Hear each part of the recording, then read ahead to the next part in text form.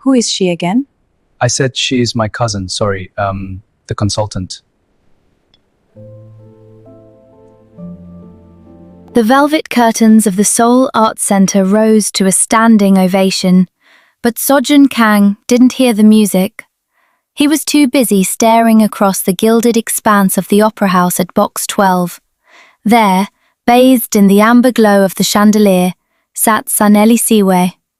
She looked ethereal in a deep emerald silk that made her skin glow like polished mahogany, her laughter ringing out, soft, melodic, and entirely directed at the man leaning into her personal space.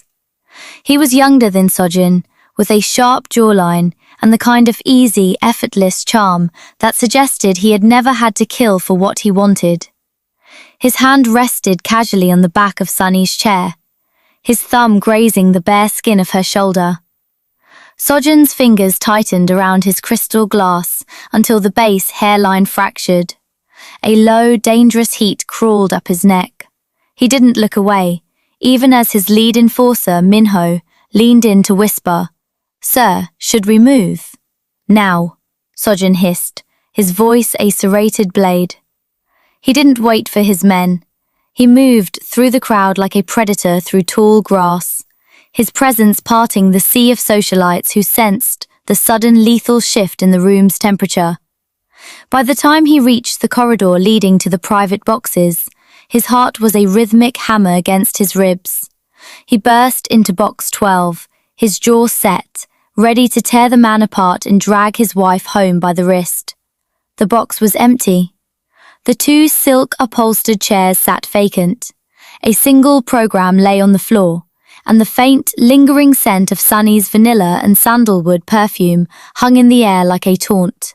"Find them," Sojun commanded, his voice trembling with a rare, unchecked fury. "Check every exit, check the cameras." 10 minutes later, Minho returned, looking paler than usual. "Sir, the security feed shows her entering alone. There is no footage of a man in the box with her, and the ushers say Mrs. Kang left through the side exit 5 minutes before the final act ended. Alone." Sojun stood in the center of the empty box, the silence ringing in his ears. He had seen him. He had seen the hand on her shoulder. He had seen the way she smiled, the same way she used to smile at him before the cousins and the business meetings started. He stormed out to his car, his mind a chaotic blur of rage and confusion. When he pulled into the driveway of their estate, the house was dark, save for the soft light in the foyer. Sunny was sitting on the chaise lounge, draped in a silk robe, calmly unpinning her hair. "You're home early," she said, her voice smooth and untroubled. "Who was he, Sunny? The man of the opera?" She paused, a hairpin between her lips, and looked at him with wide, innocent eyes. Then she gave him that devastatingly calm smile, the one he had used 1,000 times. "Oh, relax, Sojun," she whispered. "That was just my great-grandfather's brother's grandson. He's family." The memory of their second anniversary dinner tasted like ash in Sunny's mouth. They had been seated at a table overlooking the Han River, the city lights shimmering like fallen stars, when Sojun's phone had buzzed.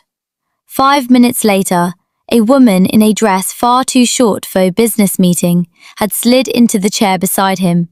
Sojun hadn't even looked guilty. He had simply touched the woman's forearm and told Sunny, "This is Min-hee.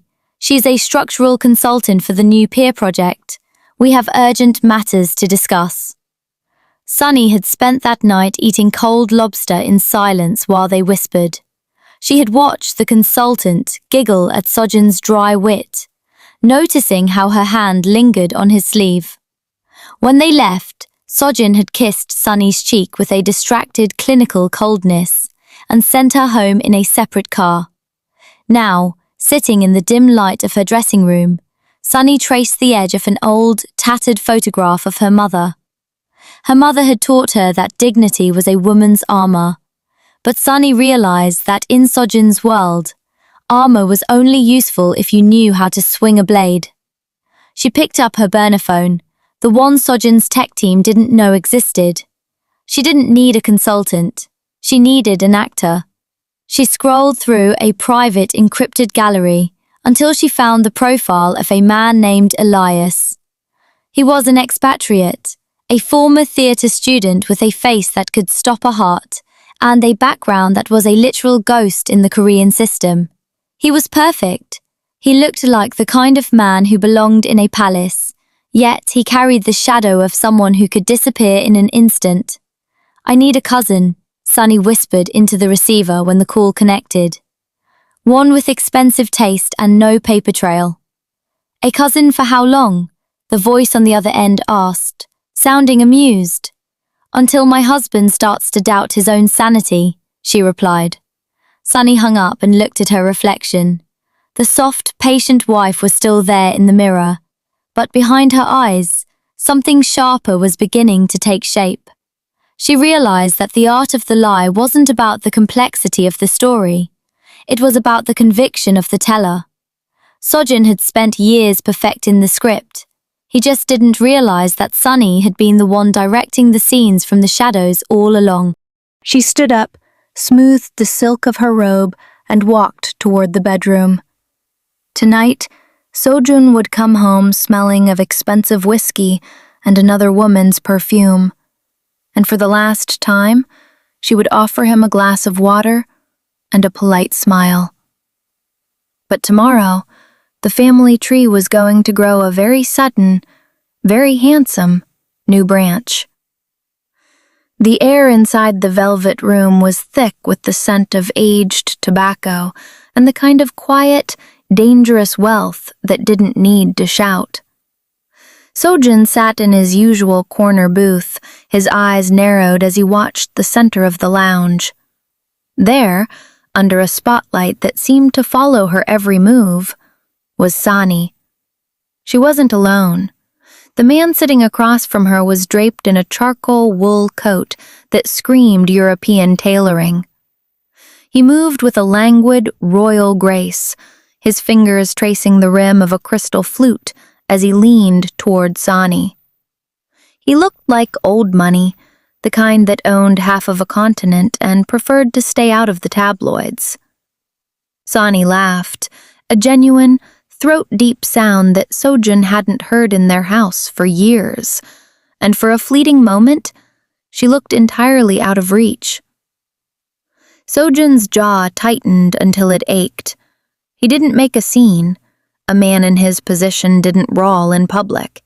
Instead, he pulled out his phone and sent a single, high-resolution photo of the stranger to his head of cybersecurity. "I want everything.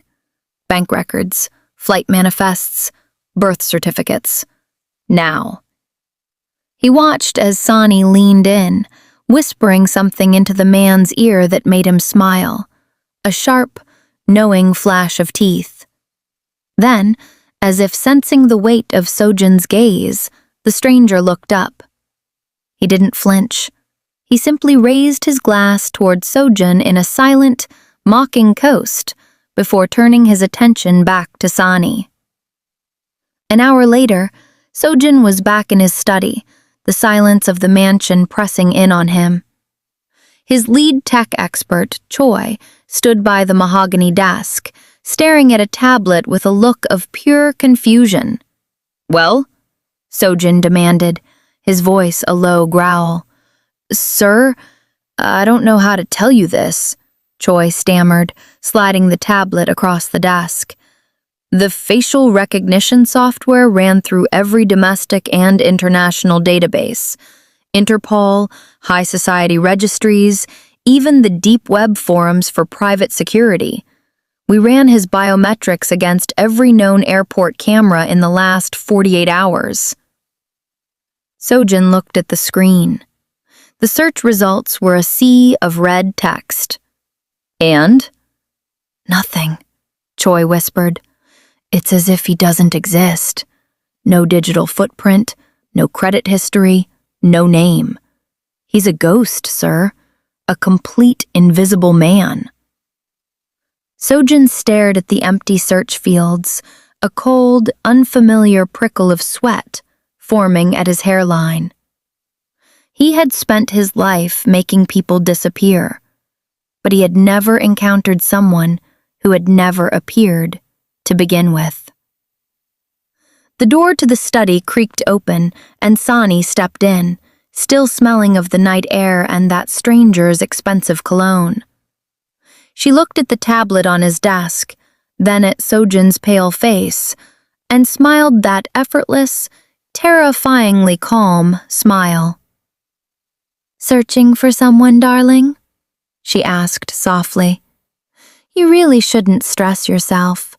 He's just a distant cousin from the south. You know how private our family can be."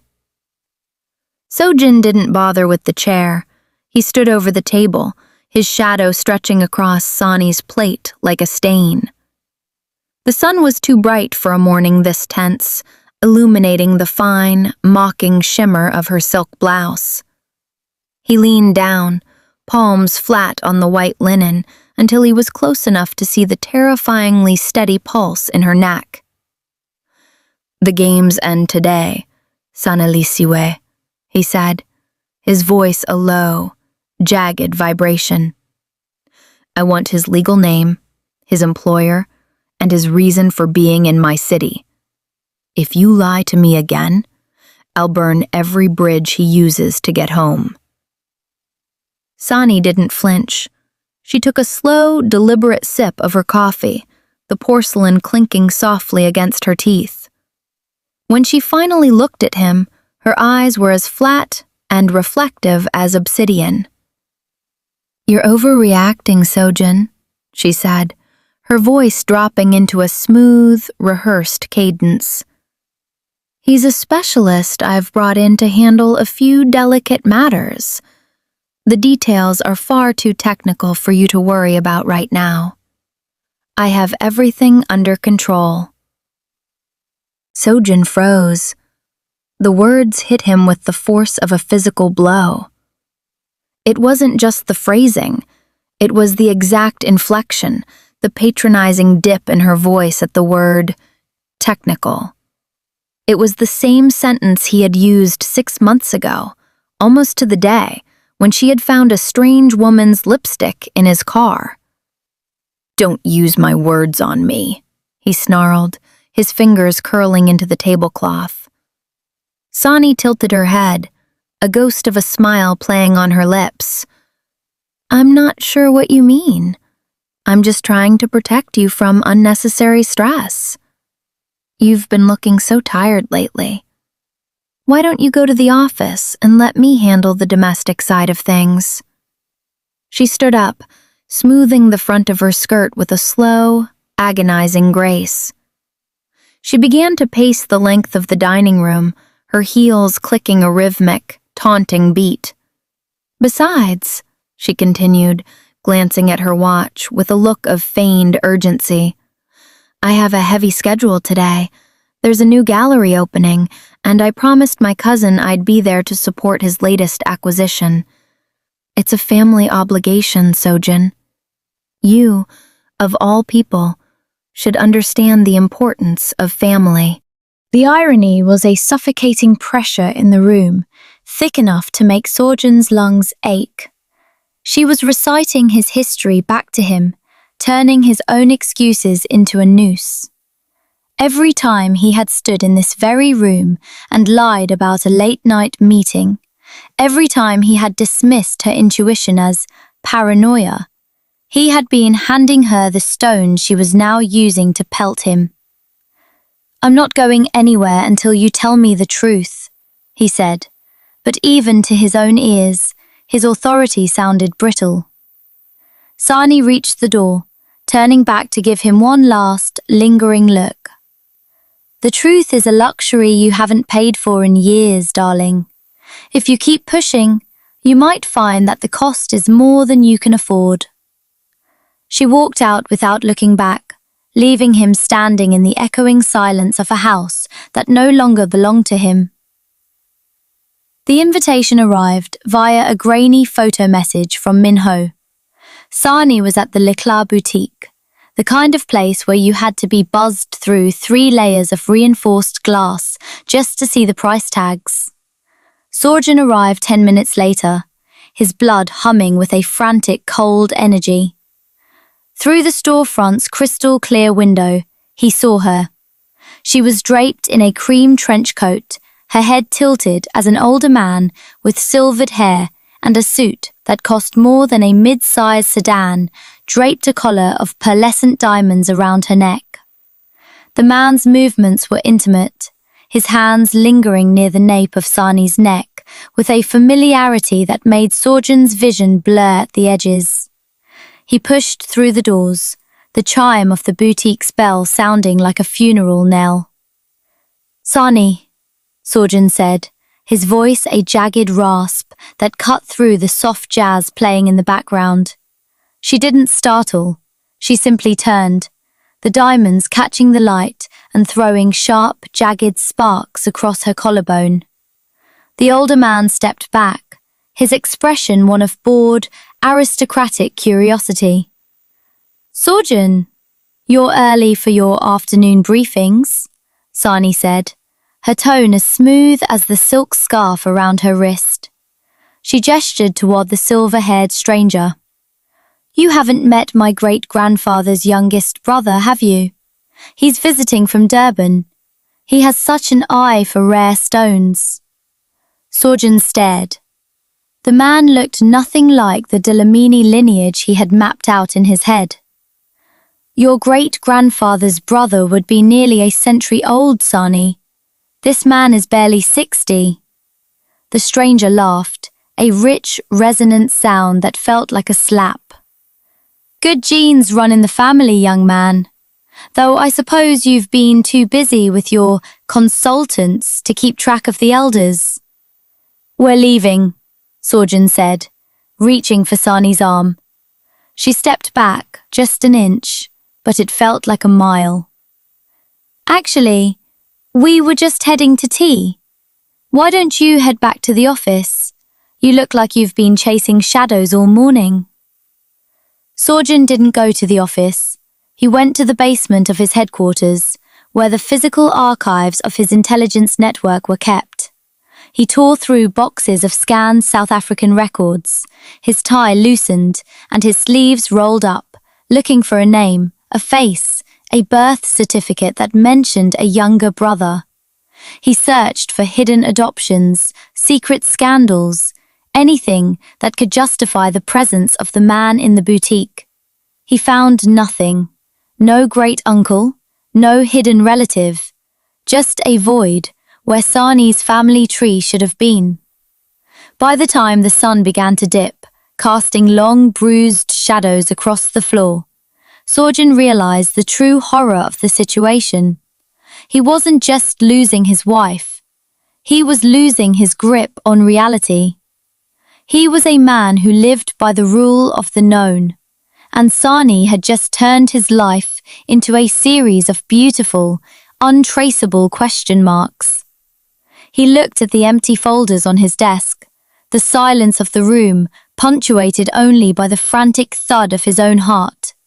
For the first time in his life, the boss of Seoul realized he was the only one in the room who didn't know the rules of the game. The boardroom of the Kang Syndicate smelled of bitter espresso and the unspoken judgment of 12 men who lived by the scent of blood. Sorjan sat at the head of the table, his eyes fixed on the jittering feed of a security camera on his phone, rather than the quarterly revenue report spread before him. He was looking for a silver sedan, the one Sani had stepped into 2 hours ago with a man she called her stepson's godfather.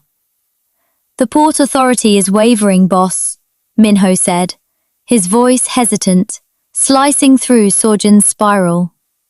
"The Choi family has already moved 3 shipments into the southern docks. If we don't sign the exclusivity contract by noon, we lose the corridor." Sorjan didn't look up. He was zooming in on the man's profile in the grainy footage. "Who handles the logistics for the Durban transit?" A heavy silence settled over the room. The elders exchanged looks, sharp, jagged glances that communicated a dangerous loss of faith. Sorjan was the man who had once dismantled a rival faction over a single disparaging comment. Yet here he was, chasing ghosts while his borders crumbled. "We aren't talking about Durban, Sorjan," an elder rasped, his voice like dry parchment. "We are talking about Seoul.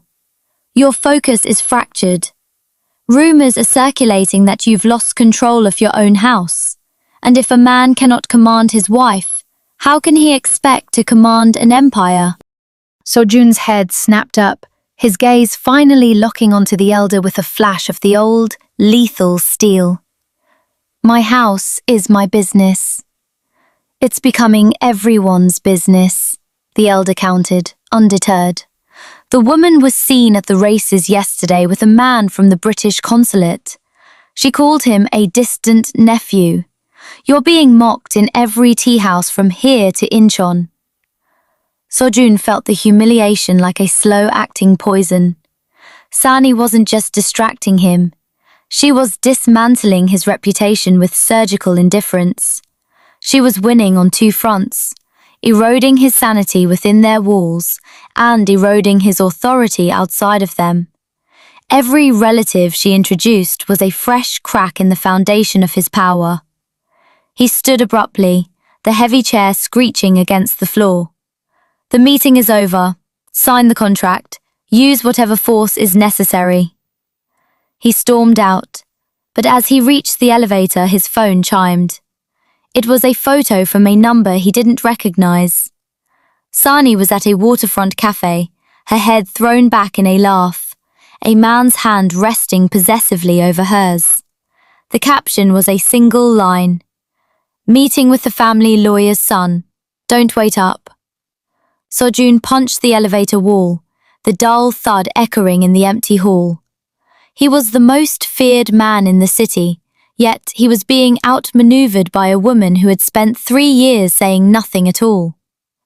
He realized then that Sani hadn't just mastered the lie, she had mastered the vacuum it created, and he was currently suffocating in it.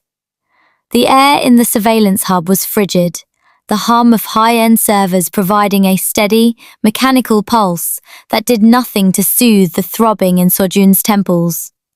He stood behind Choi, who was staring at a screen filled with scrolling lines of red-lettered code. For 3 hours, they had been trying to recover the deleted footage from the waterfront cafe, but every time they bypassed a firewall, they hit a digital wall of salt. "It's not just a wipe, sir," Choi whispered, his voice trembling as he wiped sweat from his upper lip. "The data hasn't been scrambled. It's been surgically extracted and replaced with looping static. Whoever did this had the internal bypass codes." Sojun felt the floor tilt beneath his feet. The internal bypass codes were restricted to a circle of 5 men. Men who had bled for him. Men whose loyalty he had bought with a lifetime of protection. He reached over Choi's shoulder, his fingers flying across the keys with a frantic, desperate energy. He pulled up the ledger for the private security budget, a slush fund he used for invisible operations. His breath caught. The numbers didn't add up. Over the last 4 months, small, untraceable increments had been diverted, not to offshore accounts or rival syndicates, but to the personal accounts of his own night shift guards and digital technicians. The realization hit him like a physical blow to the solar plexus. Sani hadn't found a way to hide from his men. She had bought them. She was using his own money, the wealth he had amassed through blood and intimidation, to fund her phantom relatives and erase her footsteps. "She didn't even hide the trail," Sojun murmured, staring at a transaction labeled as consultancy fee, South African logistics. It was the exact amount he had spent on a diamond bracelet for a woman whose name he could no longer remember. He stormed out of the hub, his vision narrowing. The guards in the hallway straightened as he passed, their faces mask of professional stoicism. But now, Sojun saw them differently. He saw the flicker of hesitation in their eyes, the subtle shift in their posture. They weren't his anymore. They were hers. He reached the penthouse and found Sani in the library, a glass of chilled white wine in her hand, as she studied a catalogue of modern art. She didn't look up when he slammed the door, the sound echoing like a gunshot. "How many of them?" Sojun asked, his voice a low, terrifying rasp. "How many of my men are on your payroll?" Sani turned a page, her expression one of mild academic interest.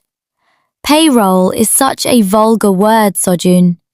I prefer to think of it as a loyalty transition. They've spent years watching you lie to the woman who was supposed to be your partner. I think they just grew tired of the bad acting." She looked at him then, her eyes bright with a cold, triumphant clarity. "You taught me that everyone has a price, darling. I just used your own credit card to pay it." The lock didn't stand a chance against Sojun's shoulder. The door frame splintered with a sharp, violent crack that should have signaled the end of the world, but the scene inside was nauseatingly tranquil. The master bedroom, usually a silent vault of cold stone and silk, was flooded with the soft, amber glow of the bedside lamps. Sani was sitting on the edge of the mattress, her legs crossed elegantly, a book resting in her lap, as if she were waiting for nothing more than a late-night tea. Beside her, lounging with an insulting lack of concern, was a man Sojun had never seen before. He was dressed in a crisp white linen shirt, his sleeves rolled up to reveal forearms that looked capable and steady. He didn't jump. He didn't reach for a weapon. He simply looked up from his phone and offered Sojun a nod that felt like a pinprick to the heart. Sojun stood in the doorway, his chest heaving, a handgun hanging heavy in his grip. The iron scent of his own adrenaline tasted like copper on his tongue. He had expected panic. He had prepared for a plea for mercy. Instead, he was met with the same hollow, polite silence that had been his own trademark for years. "Out," Sojun commanded, the word vibrating with a primal, jagged edge. The stranger didn't move. He looked at Sani, waiting for her permission, a gesture that infuriated Sojun more than the man's presence itself. "Relax, Sojun," Sani said, her voice a cool balm over the fire of his rage. She closed her book with a soft thud and looked at him, her dark eyes devoid of the fear he had spent a lifetime cultivating in others.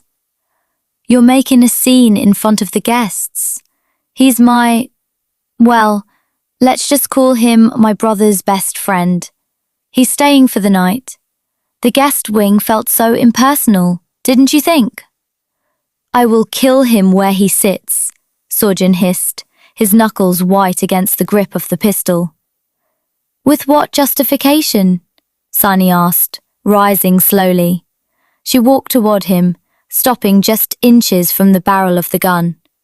She didn't look at the weapon. She looked directly into his fractured gaze. "Because he's family? Because he's here for a meeting? Or is it because he's a consultant you weren't informed about?" She reached out, her fingers grazing the lapel of his suit, smoothing a crease he hadn't noticed. "You look exhausted, darling. The paranoia is starting to show. Maybe you should take a seat. My brother's friend was just telling me about a fascinating project in Durban. It's very technical." The stranger stood up then, his movements fluid and relaxed. He patted Sojun on the shoulder as he bypassed him to head toward the door, a touch so casual it felt like a brand. "Nice to finally meet the man of the house," he murmured, his voice smooth as polished glass. Sojun stood paralyzed, the gun trembling in his hand. He was the king of the underground, a man whose name was whispered in fear, yet in his own bedroom, He had become the punchline to a joke he still didn't fully understand.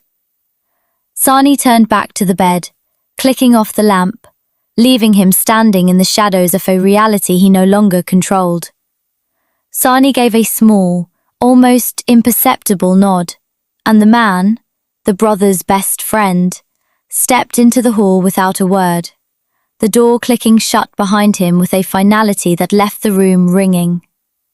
Sorjan remained rooted to the spot, the weight of the handgun suddenly feeling like a leaden shackle. He waited for the confession, the tears, or the defiant admission of a lover's touch. Instead, Sani walked to the vanity and began to wipe the day's makeup from her face with slow, methodical strokes. "There was no affair, Sorjan," she said, her voice reflecting in the glass with a terrifying clarity.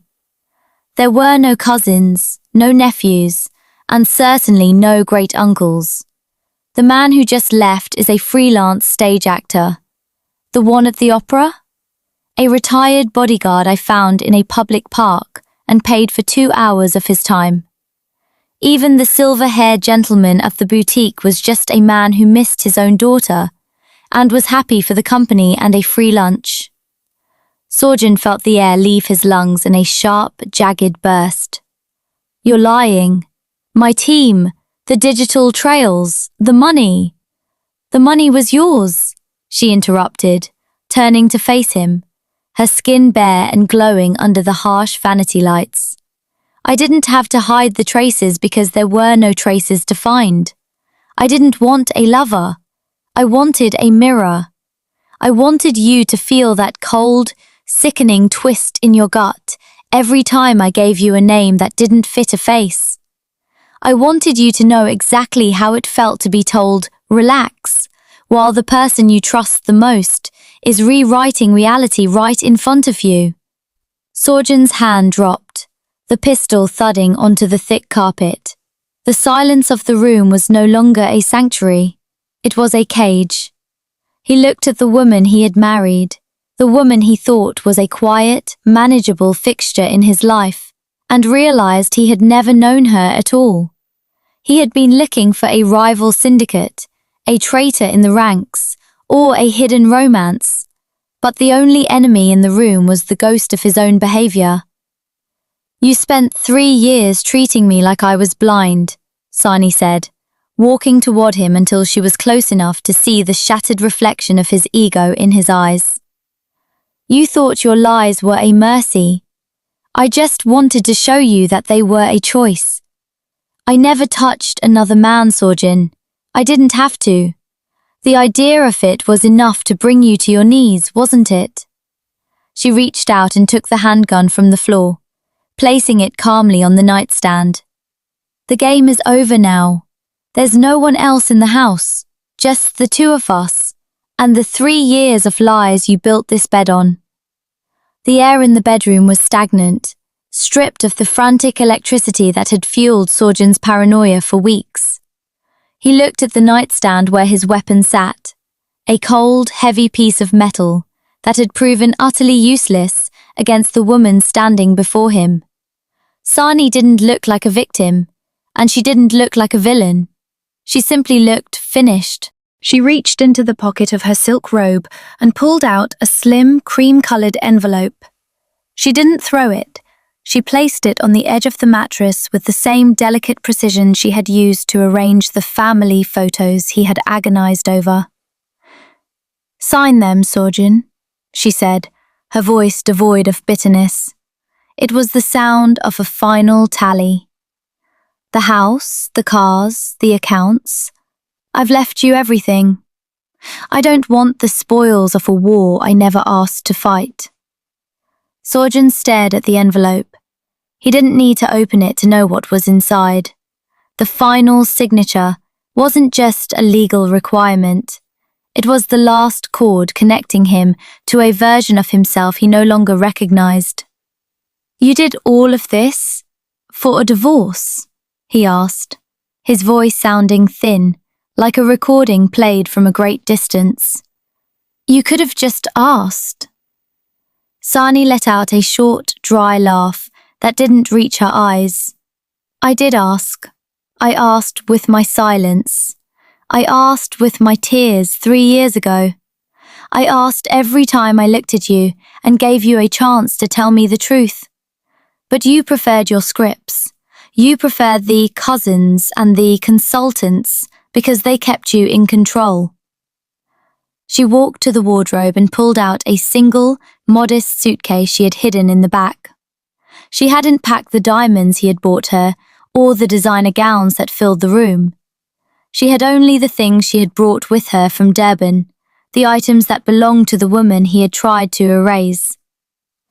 You spent years making me feel crazy, Sojin, she said, pausing at the threshold of the door. I just wanted you to see how it felt to live in a house made of lies. I wanted you to know what it's like to look at the person you share a bed with and see a stranger. She didn't wait for a reply. She didn't look back to see the most feared man in Seoul sitting on the edge of a bed that felt too large for one person. The click of her heels on the marble floor echoed through the hallway, a steady, receding rhythm that punctuated the death of his empire. Sojin sat in the silence of his palace, the weight of the empty rooms pressing in on him. He picked up the pen Sani had left beside the envelope. As he traced his name onto the bottom of the page, he realized the ultimate irony. He had spent his whole life making sure no one could ever get close enough to hurt him, only to be destroyed by the one person he thought was too soft to ever fight back. The front door closed with a soft, final thud, and for the first time in his life, the king of the underground was truly alone in the dark.